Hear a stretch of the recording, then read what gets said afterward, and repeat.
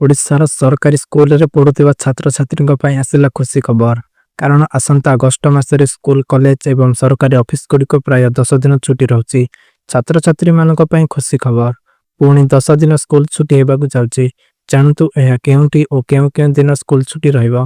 9 August Rakshabandhan भाई भौणी Premiere एक पर्व। पारंपरिक भाव में स्कूल गुड़िक छुट्टी रहइबो। 10 अगस्ट रविवार पड़ुथिबारु एही दिन स्कूल कॉलेज और ऑफिस बंद रहइबो। 15 अगस्ट स्वाधीनता दिवस एही दिन पताका उत्तोलन पर स्कूल गुड़िक छुट्टी घोषणा कर जाए। तेणु स्कूल कॉलेज सह ऑफिस छुट्टी रहइबो।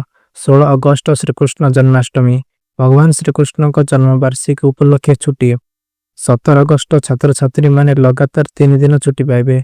रविवार थिबार स्कूल कॉलेज रे पाठपढ़ा बंद रहइबो। कार्यालय रे मध्य काम हेबो नाही। 27 अगस्ट गणेश चतुर्थी जो स्कूल मानकर पूजा पर छुट्टी।